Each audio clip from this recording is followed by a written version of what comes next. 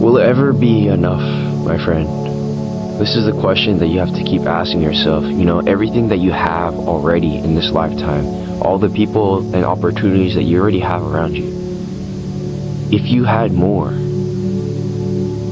when would it ever be enough? You know, you ask yourself this question, you know, there's so many people around this world, even close to you probably, that you might not even know, you know, who are so much less than you, who are so much less fortunate. Yet they are happier. Yet they don't take the things that they have in their life for granted, the people in their lives for granted. And they fully receive and they fully acknowledge and appreciate everything that God has given them. And you wonder why the rich are always the ones who suffer the most spiritually, and why it is the poor who are the most rich in God's kingdom. Why God suffers with them the most.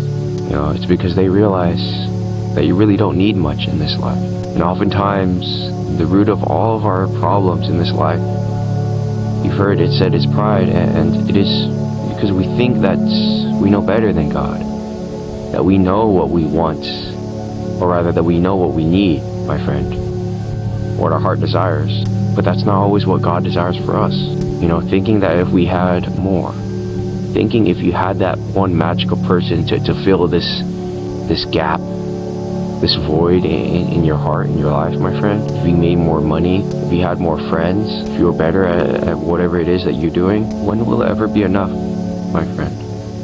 And that's not to say hard work is not a good thing, and that's not to say that, you know, we shouldn't always keep striving for more, and that we should ever stay the same, my friend, and just be stagnant. No, that's death, my friend.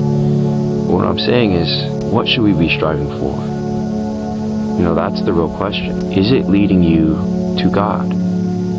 That's the question you have to ask yourself. Will having more friends, will having more money lead me closer to God? Or will it just lead me farther from Him? Will it tempt me to forget Him, thinking that all these good things in my life are just by chance or by my own hard work? Will it satisfy me and numb me from the reality of the sin that I'm already living in, and make me forget and acknowledge the fact that all this comes from God and that I need Him to save me?